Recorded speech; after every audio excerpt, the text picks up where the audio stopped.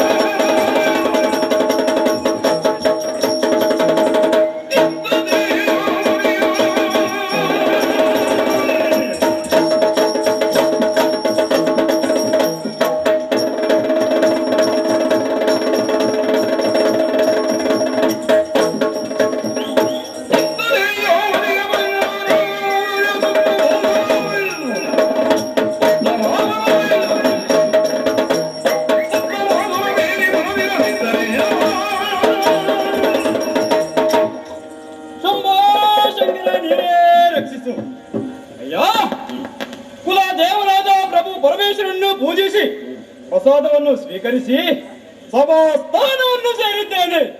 ಹಿರಿಯರಿಂದ ದೊರೆತಂತಹ ಈ ಲೋಹಾವತಿಯ ಪ್ರಭುವು ಇವು ಎನಿಸಿದ ಶತ್ರು ಪ್ರಸೋದನ ಎಂಬ ನಾಮಾಂಕಿತದಿಂದ ಮೆರೆದಾಡುತ್ತಿದ್ದೇನೆ.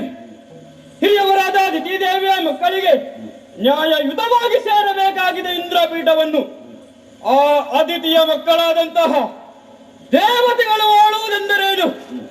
ಇದನ್ನು ಪ್ರತಿಭಟಿಸಿದಂತಹ ನಮ್ಮ ದಾನವರನ್ನು ಆ ದೇವೇಂದ್ರ ಕಪಟಿ ಹರಿಯ ಸಹಾಯದಿಂದ ಕೊಂದು ಕಳೆದ.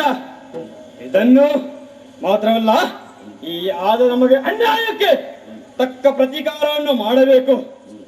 ಅಮೋಘವಾದ ತಪಬಲವನ್ನು ಪಡೆದು ದೇವತೆಗಳನ್ನು ನಿಗ್ರಹಿಸಿ ಸುರಪೀಠವನ್ನು ಏರಲು ತೀರ್ಮಾನಿಸಿದ್ದೇನೆ.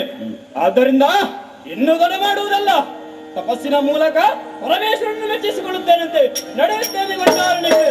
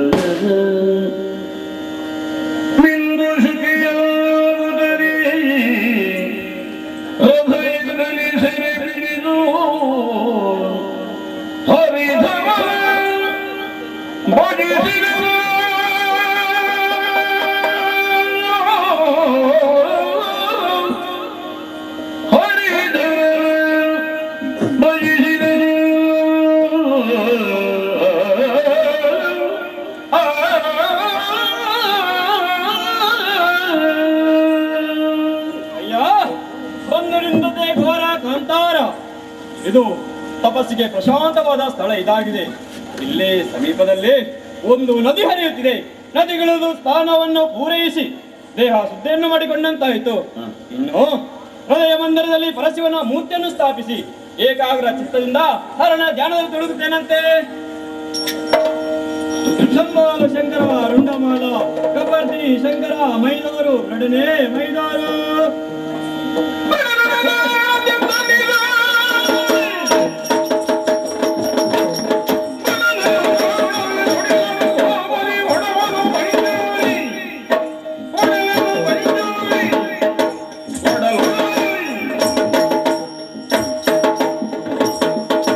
What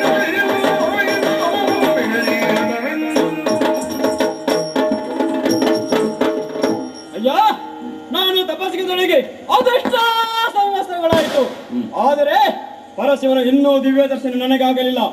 ಪರಶಿವನ ದಿವ್ಯ ದರ್ಶನವಾಗದ ಮೇಲೆ ನಾನು ಬದುಕಿದ್ದೇನೆ ಪ್ರಯೋಜನ. ನನ್ನ ಈ ಖಡ್ಗದಿಂದ ನನ್ನ ಕುತ್ತಿಗೆಯನ್ನು ಕತ್ತರಿಸಿ ಶಿವಾರ್ಪಣೆ ಮಾಡುತ್ತೇನಂತ.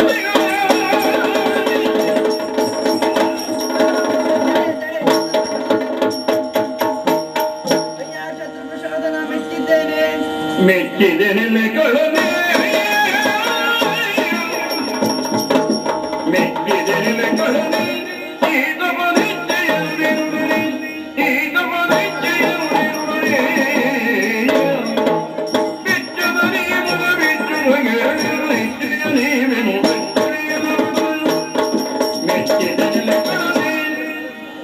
ಅಯ್ಯ ಶತ್ರು ಪ್ರಶೋಧನ, ನಿನ್ನ ಅನನ್ಯ ಭಕ್ತಿಗೆ ಮೆಚ್ಚಿ ಪ್ರತ್ಯಕ್ಷನಾಗಿದ್ದೇನೆ.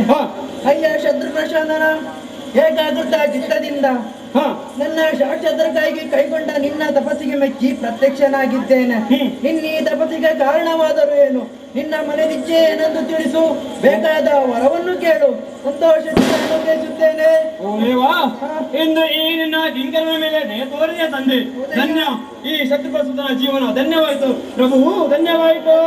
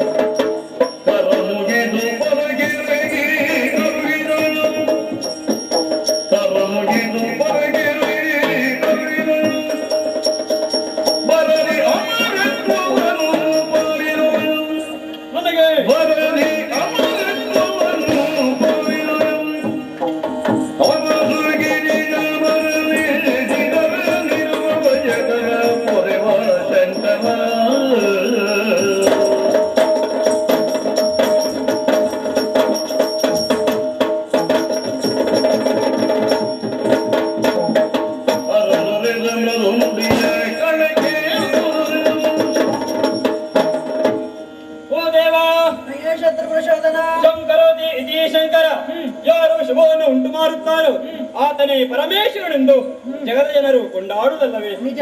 ನಿನ್ನ ಈ ಭಕ್ತನಿಗೆ ಶುಭವನ್ನು ಉಂಟು ಮಾಡುವ ಕಾರಣದಿಂದಲೇ ನಿನ್ನ ದಿವ್ಯ ದರ್ಶನವೈತೇ ತಂದೆ. ದೇವಾ, ಓ ಉಮಾಶತೆ, ನಿನ್ನ ಪಾದ ಪದ್ಮಗಳಿಗೆ ಜಯ ಜಯಾಕಾರವಿರಲಿ. ದೇವಾ, ಈ ಪ್ರಪಂಚದಲ್ಲಿ ಮಾನವನಾಗಲಿ ಅಥವಾ ದಾನವನೇ ಆಗಲಿ ತನ್ನ ಹುಟ್ಟಿನ ಸಾರ್ಥಕ್ಯವನ್ನು ಪಡೆಯಬೇಕು. ಕೇವಲ ತಂದೆ ತಾಯಿಗಳಿಗೆ ಮಗನಾಗಿ, ಹೆಂಡತಿಗೆ ಗಂಡನಾಗಿ, ಮಕ್ಕಳಿಗೆ ತಂದೆಯಾಗಿ ಜೀವನ ಸವಿಸಿದರೆ ಏನು ಸಾರ್ಥಕ ಸ್ವಾಮಿ? ಜೀವನದಲ್ಲಿ ಏನು ಸಾಧನೆಯನ್ನು ಮಾಡಬೇಕು. ತನ್ನ ಕೀರ್ತಿ ಆ ಚಂದ್ರಾಕರ್ತವಾಗಿ ಶೋಭಿಸಬೇಕೆಂದು ಭಾವಿಸಿದರೆ ಅಪರಾಧವಲ್ಲ ತಾನೆ. ಮಹತ್ವಾಕಾಂಕ್ಷೆ ಉಳ್ಳವನು ನಾನು. ನನ್ನ ಸಾಧನೆಯ ಪ್ರತೀಕವಾಗಿ ನನಗೆ ಅಮರತ್ವವನ್ನು ಕರುಣಿಸಬೇಕೆಂದು ದಯಪಾಲಿಸುತ್ತಿದ್ದೇನೆ ದೇವಾ. ಅಯ್ಯ ಶತ್ರು ಪ್ರಶೋಧನ ದೇವಾ, ನೀನೇನು ಬಹಳ ಉನ್ನತವಾದ ವರವನ್ನೇ ಕೇಳ್ತೀಯ, ಆದರೆ ಅಮರತ್ವ ನೀವ ಅಧಿಕಾರವೋ ಎನಗಿಲ್ಲ. ಅಮರತ್ವ ನೀವ ಅಧಿಕಾರವೋ ಎನಗಿಲ್ಲ. ಸರಿಯಲ್ಲ ನೀಯಾಜಿಸುವುದು, ಸರಿಯಲ್ಲ ನೀಯಾಜಿಸುವುದು.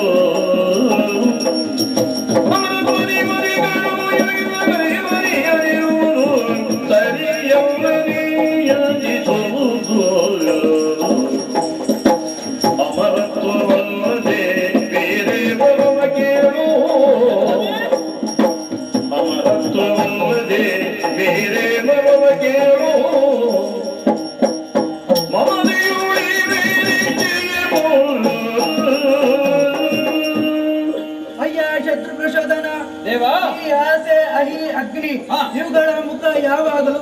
ಶಾಶ್ವತವಾಗಿಯೇ ಇರುವುದು. ಓಹೋ. ಆಸೆ ಎಂಬುದಕ್ಕೆ ಕೊನೆ ಎಂಬುದೇ ಇಲ್ಲ. ಹ. ನೀನೇನು ಬಹಳ ಅಸಾಧ್ಯವಾದ ವರವನ್ನೇ ಕೇಳಿದ್ದೀಯ. ಹ. ಆದರೆ ಅಮರತ್ವವನ್ನು ನೀಡುವ ಅಧಿಕಾರ ನನ್ನ ವ್ಯಾಪ್ತಿಗೆ ಮೀರಿದ್ದಾಗಿದೆ. ಓಹೋ. ಆದ ಕಾರಣ ಹ. ನೀನು ಬೇರೆ ವರವನ್ನು ಕೇಳು, ಸಂತೋಷದಿಂದ ಅನುಗ್ರಹಿಸುತ್ತೇನೆ. ದೇವಾ, ಹ. ಅಮರತ್ವ ಒಂದುಳಿದು ಬೇರೆ ಏನು ಕೇಳಿದರೂ ಕೊಡುವೆಯಾ? ನಿಜವಾಗಿ ಕೊಡುತ್ತೇನೆ. ಹಾಗಾದರೆ ನನ್ನ ಬೇಡಿಕೆಯನ್ನು ಲಾಲಿಸು. ಏನಯ್ಯ ಅದು? ಒರೆದ ಕೆಳಗೆ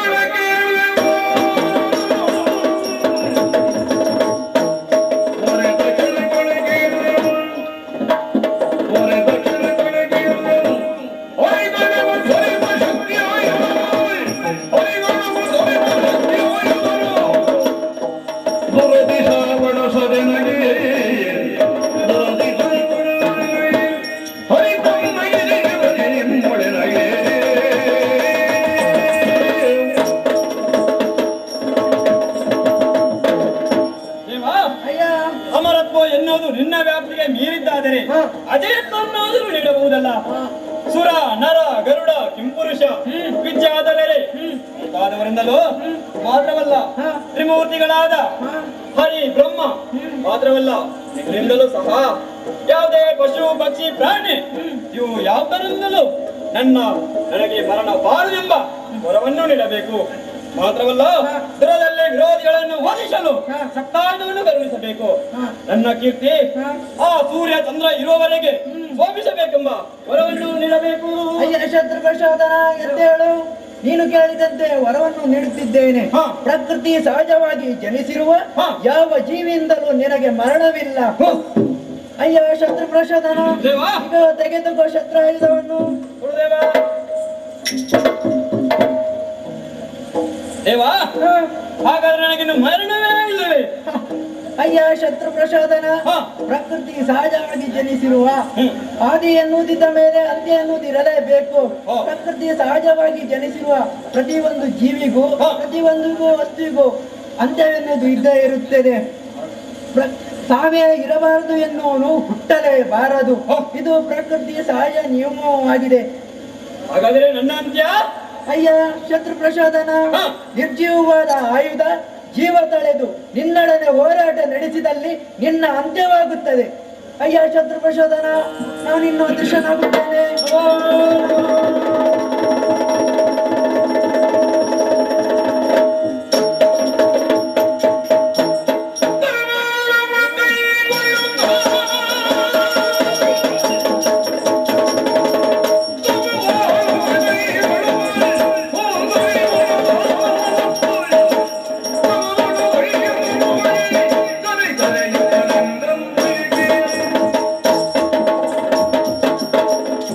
ಅಯ್ಯ, ನನ್ನ ಘೋರವಾದ ತಪಸ್ಸಿಗೆ ಮೆಚ್ಚಿದಂತ ಪರಮೇಶ್ವರ ಶತ್ರುಪ್ರಸೋದನ, ನಿರ್ಜೀವವಾದ ಆಯುಧವನ್ನು ಜೀವ ತಳೆದಾಗ ಅದರಿಂದ ನಿನ್ನ ಮರಣವೆಂದು ಹೇಳಿ ಅದೃಶ್ಯನಾದ ನಿರ್ಜೀವ ಒಂದು ಆಯುಧ ಎಂದಾದರೂ ಜೀವ ತಳೆಯಲು ಸಾಧ್ಯವೇ? ಅದು ಖಂಡಿತವಾಗಿಯೂ ಸಾಧ್ಯವಿಲ್ಲ. ಅಂದರೆ ಈ ಶತ್ರುಪ್ರಸೋದನ ಅಜಯ, ನನಗೆ ಸಾವೇ ಇಲ್ಲ. ಈ ಸಂತೋಷದ ವಿಚಾರವನ್ನು ನಮ್ಮವರಿಗೆ ತಿಳಿಸಬೇಕು. ನಡೆಯುತ್ತೆ ನಂತರ ಮನೆಯುತ್ತಾವ.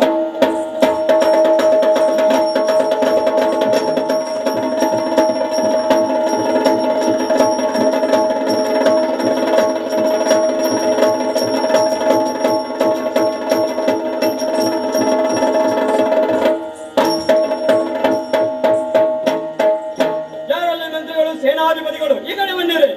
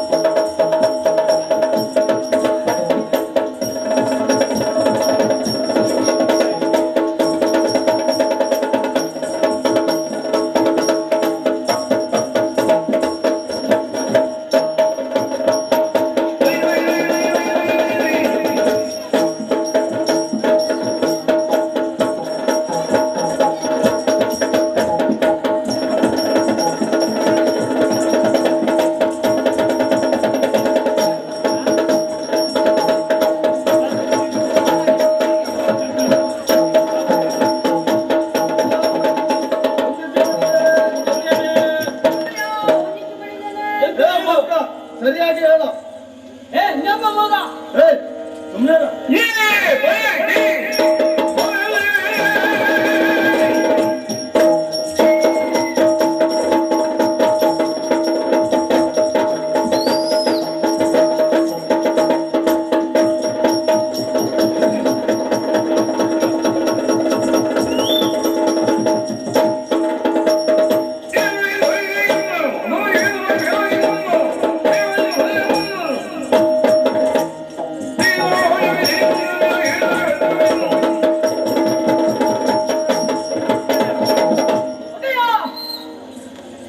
ನಮ್ಮನ್ನು ಕೈಗೆತ್ತಿದ್ದಲ್ಲ ನಮ್ಮಿಂದ ಏನಾಗಬೇಕು?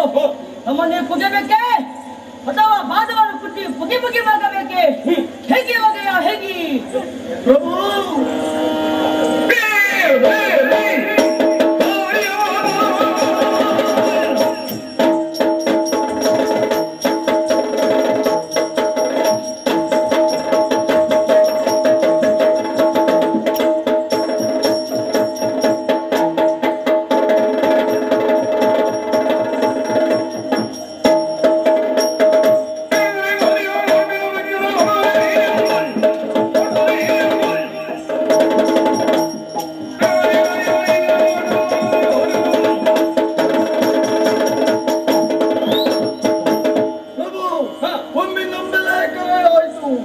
ಯಾಕೆ ಕರೆಸಿದ ಕಾರಣವೇನು? ನಿಮ್ಮ ಬೆವರು ಚೆಲ್ಲಿದಲ್ಲಿ ನಮ್ಮ ರಕ್ತವನ್ನೇ ಚೆಲ್ಲಲು ಸಿದ್ಧವಾಗಿದ್ದೇವೆ. ಏನು ಕಾರಣ ತಿಳಿಸಿ ಪ್ರಭು.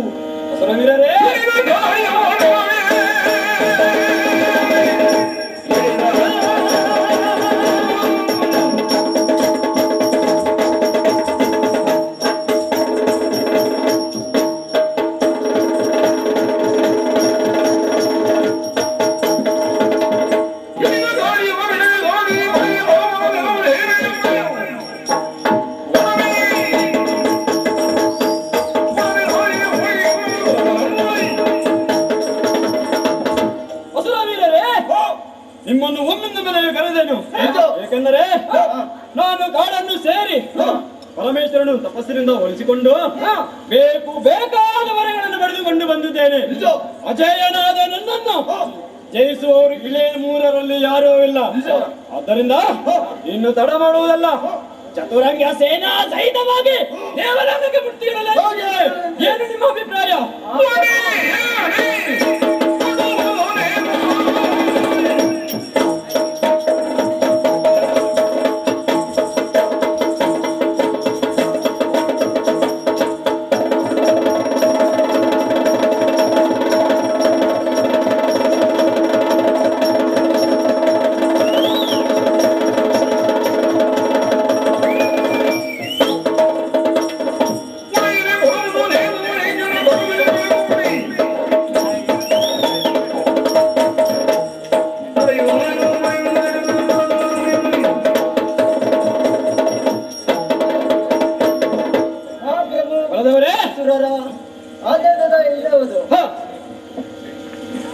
ಶಿವನ ಅನುಗ್ರಹ ನಮಗಾಗಿದೆ. ತಿರುಳೋಣ ಪ್ರಭು. ಇನ್ನು ತಡ ಮಾಡುವುದಲ್ಲ, ಚತುರಂಗ ಸೇನಾ ಸಹಿತವಾಗಿ ದೇವಲೋಕಕ್ಕೆ.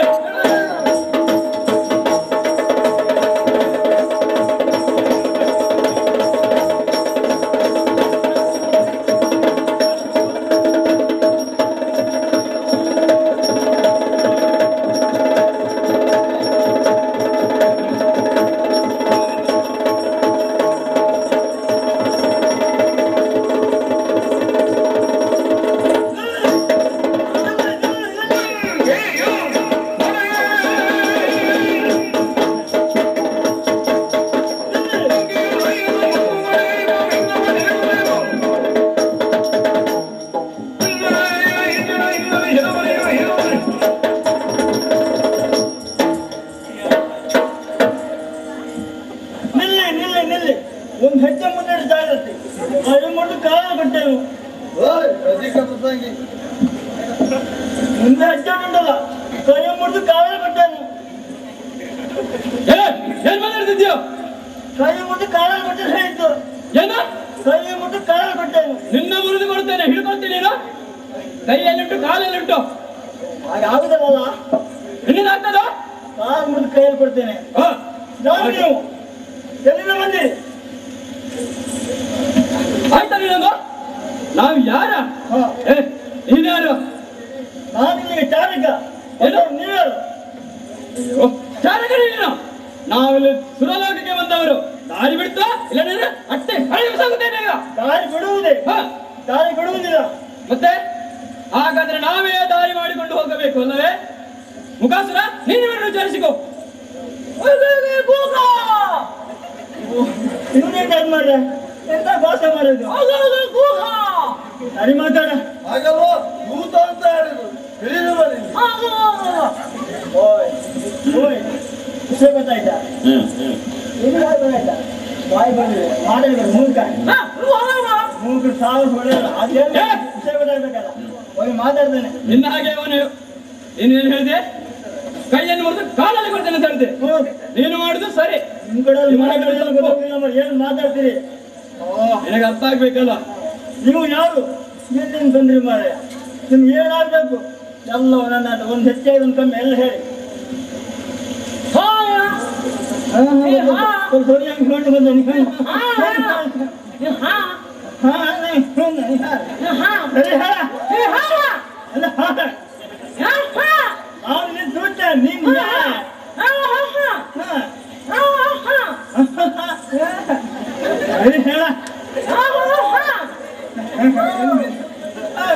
ನೀವು ಸೇನೆ ಕೊಡ್ಕೊಂಡು ಬಂದ್ರಿ. ನಿಮ್ಗೆ ನಾಯಕಿದ್ನ ನಾಯಕ ಯಾರ? ನೀವು ನಿಮ್ ನಾಯಕನ? ನೀವ್ ಏನಾಯ್ತು? ಓ ನಿಮ್ಗೆ ಅಧಿಕಾರ ಬೇಕಾ? ಅಯ್ಯೋ ನಿಮ್ಮ ಈ ಅಧಿಕಾರ ನಿಮ್ಗೆ ಏನು ಅಧಿಕಾರ? ಇಲ್ಲಿ ಅಧಿಕಾರ ಕೊಡ್ಬೇಕಾಗ್ತಿಲ್ಲ. ಬೇಕಿದ್ದಲ್ಲ ಒಂದು ಹೆಜ್ಜೆ ಒಳಗೆ ಹೋಗ್ಬೇಕಾಗ್ತಿದೆ. ನೀವು ಒಳಗೆ ಹೋಗ್ತಿದ್ದಲ್ಲ ನನ್ನಾದ್ರೂ ನೀವು ಯುದ್ಧ ಮಾಡಿ ಎಲ್ಲ ಗೆದ್ದು ಒಳಗೆ ಹೋಗಿಲ್ಲ. ಇದೀತ ನೀವು ಇಲ್ಲಿ ವಾಪಸ್ ಆಯ್ತು ಬರೈತಾ? ಬಿಡುದಿಲ್ಲ ಹೋಗಿ